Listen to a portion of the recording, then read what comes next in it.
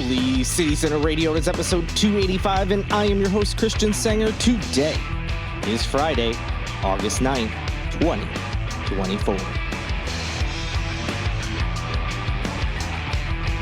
Goodbye, Debbie. Get the hell out of here.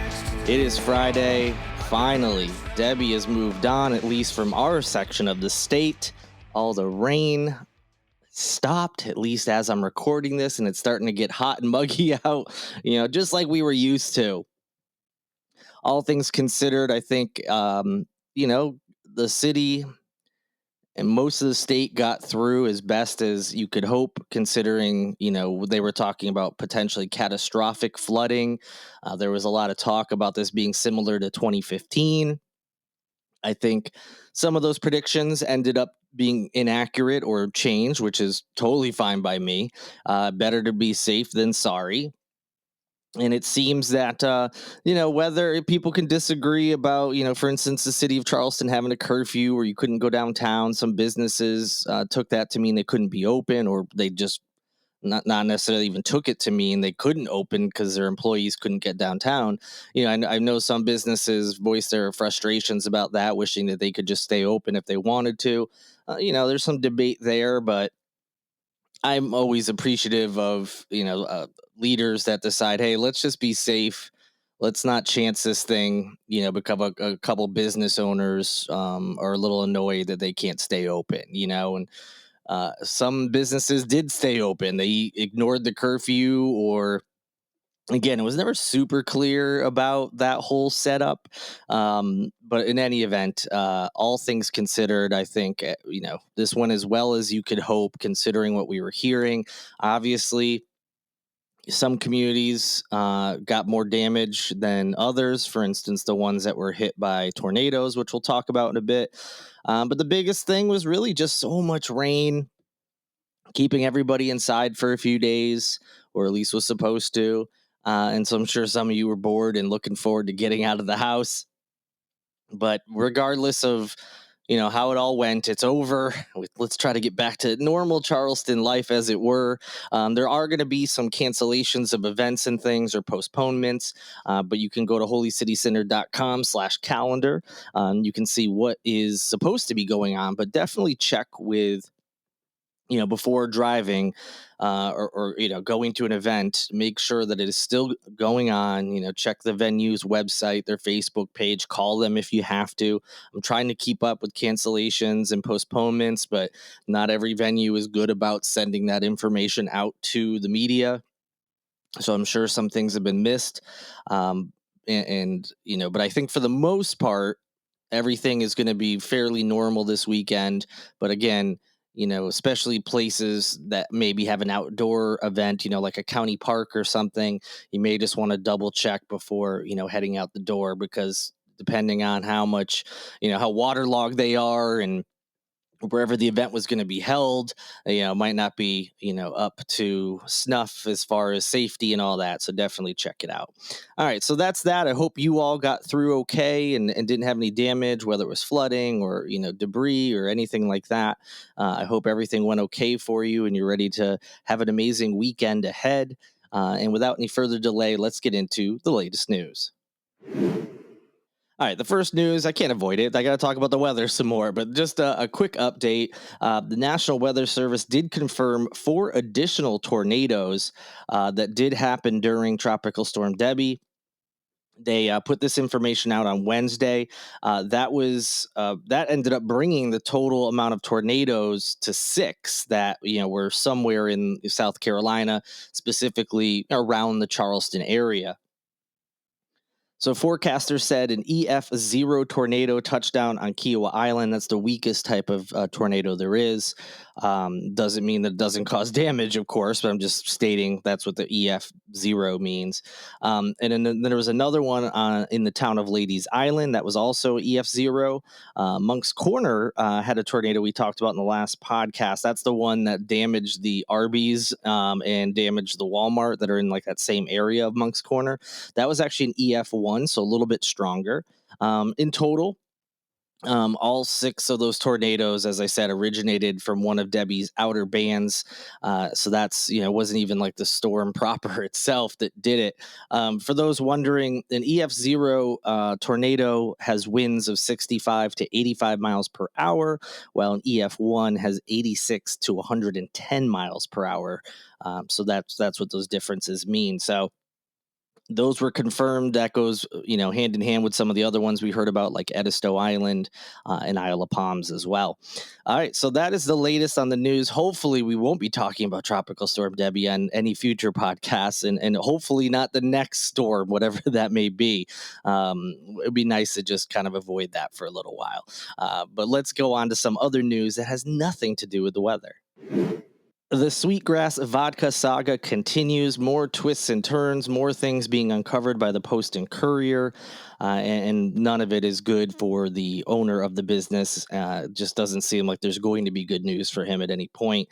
So there's a Goose Creek lawyer by the name of Johnny Driggers, and he is pushing to get the financial records from the owner of Sweet Grass Vodka, and it's related to a different court case. So he's pushing for that information because he wants to see how much money the company has actually made, and that would include how much that the owner ended up paying actor Jeremy Renner, who was like a supposedly going to be a co-owner, and he was getting money for coming down and appearing, and doing events with the brand and things like that. So the lawyer's wanting to get all those financial records, especially since it's really hard to tell what was truthful and what was not.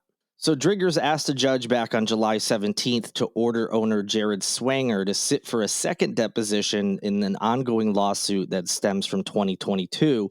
That lawsuit's actually tied to a car crash in which Swanger was charged with driving under the influence. So this has nothing to do with the financial troubles and everything that's gone on with Sweet Grass Vodka. This is a completely separate lawsuit. And so Driggers, the attorney, cited the previous reporting by the Post and Courier as the reason why he was making this request. And he was basically indicating that Swanger owes millions of dollars to investors and debt collectors, which we've talked about before. And, what he does and does not have is going to be a key factor in this other lawsuit in which monetary damages are being sought. So the lawyer wants to know, like, hey, how much money does he actually have, as we move forward this lawsuit? What can my client expect? What should we go after? And, just trying to figure out the best cause of action there. And so Driggers made this motion because when they made when they did their first deposition, which was back on October 17th of 2023, he wasn't aware of all the financial troubles and things that were happening behind the scenes, because that didn't come out until this year. So he said, hey, we didn't have this information, back in 2023. We need to have a second deposition where we can ask more specific questions related to the reporting of the Post and Courier and find out what is and isn't true. Driggers says he hasn't even been able to locate Swanger following the sale of his home in Mount Pleasant. That happened back on June 29th.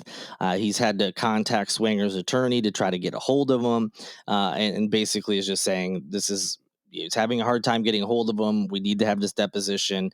Let's get this thing going. So back to that 2022 arrest, Swanger was arrested at the scene on August 8th. It was a car crash. He collided with another Lowcountry resident whose name is Sadie Wright. Mount Pleasant police ultimately charged him with DUI, which was actually his second such offense. They charged with that after they noted he had an odor of alcohol emanating off of him, according to the police report. They also said he had watery eyes and slurred speech.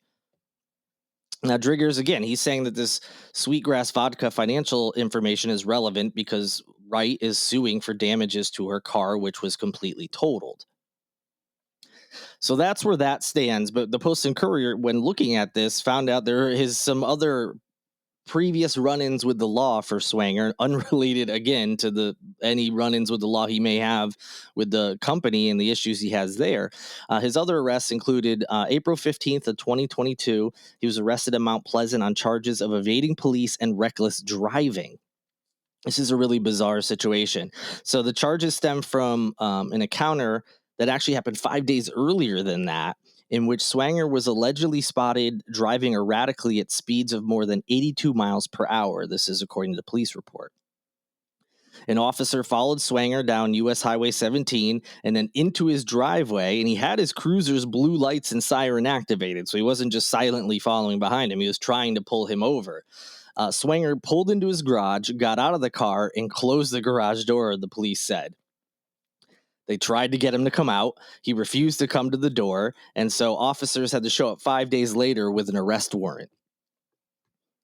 Prosecutors ultimately dismissed the 2 charges from that incident in August of 2023, which was on the same day that Swanger was pleading guilty to the DUI charge tied to the crash I mentioned with Wright.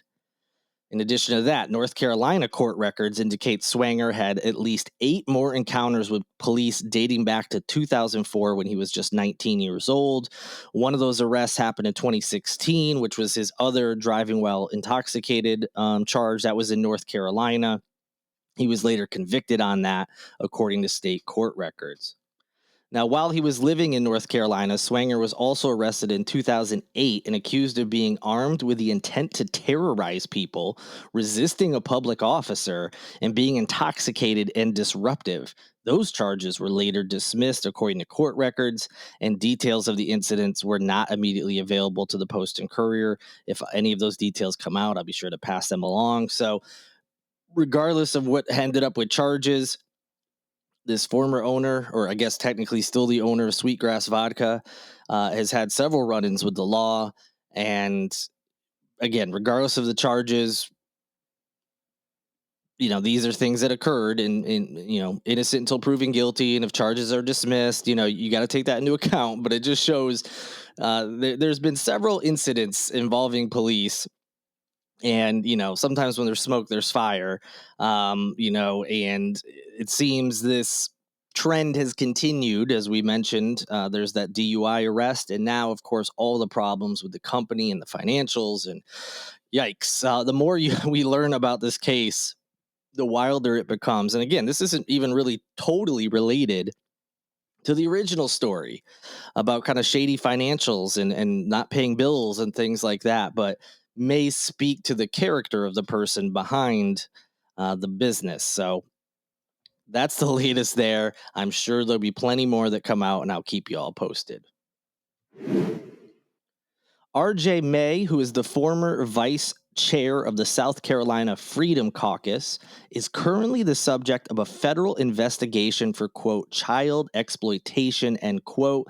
Specifically, there are allegations that are tied to child sex abuse. This is according to Fitz News and also a newer media outlet called The Arena. May, specifically, his full name is RJ May III. He is a second-term South Carolina state representative out of West Columbia, a Republican, obviously, because he serves in the South Carolina Freedom Caucus. But for those who didn't know that is a very extreme right-wing caucus here in South Carolina, which is saying something. And so it was a bit of a shocking news that came out. But to be clear, at this point, he has not been arrested. He has not been charged with anything. But it is something that is being looked at in some capacity. So according to sources familiar with the situation that spoke to Fitz News, they said May's home was searched by local and federal agents after an inquiry was made to the Department of Homeland Security.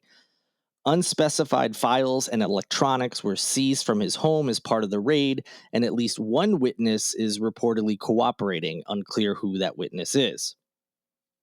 Those involved in the investigation said there was enough information to lawfully obtain a search warrant, so there was enough of a concern that something illegal was happening or happened, enough so that a warrant was signed off on. Now, again, it doesn't mean there are going to be charges, doesn't mean he's guilty of anything, and so far nothing has happened. But that's just where we're at right now. Now, the DHS Investigation Unit, HSI, was accompanied by South Carolina Law Enforcement Division agents. That's SLED. So there's multiple agencies involved in this search. Now, what is HSI? According to their website, one of their primary goals is to investigate and stop child exploitation crimes, which includes pornography, sexual abuse, and human trafficking. Again, details are not immediately available, and RJ May did not respond to comment requests from local media outlets. So it's very much up in the air exactly what they were looking for, and if they found anything. So again, this is what we know right now, and it very well could end with absolutely no charges and nothing that Representative May has done wrong. So just keep that in mind, but it is something to keep an eye on, as we see if anything comes out of this investigation. And I mean, it would just be shocking if there were charges against him, because this type of crime is always shocking, but especially when it's a politician, someone, regardless of what you feel about certain parties, they're supposed to be held to a pretty high standard. And you would think that you would think, but we've seen time and time again that they don't stay out of trouble. You think they would, you think they would, do everything they can to be on the straight and narrow. But it'd also be a little bit shocking, because as a member of the Freedom Caucus, despite, yes, the party as a whole, especially in South Carolina, holds some of these views, the Freedom Caucus specifically is very vocal about things like anti-LGBTQ legislation. They were against gender affirming care for trans kids and really trans people in general. And he has had some tweets, one of which appears to have been deleted at some point, but someone had screenshot, where he was responding to, I think, Elon Musk, talking about, groomers this and grooming that and whatever else. And, sometimes the people who are so vocally opposed to something are they themselves guilty of the thing they're saying. So why he's out there saying, we got to protect the children, and trying to demonize a certain segment of the population for being quote unquote groomers, or whatever the terminology was he used. If he ends up getting charged with something, kind of says a lot. So we'll see. Again, has not been so far. It could turn out to be absolutely nothing. Generally, something will come out of a search like this, especially if there was enough evidence to, get a search warrant for something this serious against a local politician. But doesn't mean there will be. So we'll keep an eye on it. I'll be sure to let you know of any developments as soon as I hear them. And that'll do it for this edition of Holy City Center Radio. I hope you are all dried out. I hope you have a great weekend. Maybe you had work off all week, and you get to kind of enjoy some time off, even if you were stuck inside the whole time. But get out there and enjoy the weekend. Restaurants and really any businesses that you can visit this weekend, I'm sure they'll appreciate it, because some of them had to close either completely or closed early or open late or what have you, and could certainly use an influx of customers coming in to help out if they did have to close. So get out there and enjoy the city and surrounding areas and local businesses, and help them make up for a couple of days or however many hours it was of lost business for them. Thank you again for listening. Thank you to Lindsay Marie Collins with LMC Soundsystem for producing this and every episode of Holy City Center Radio. And a big thank you to Tyler Boone, whose music you hear in each and every show. I will talk to you all again on Monday. Until then, good night and good luck.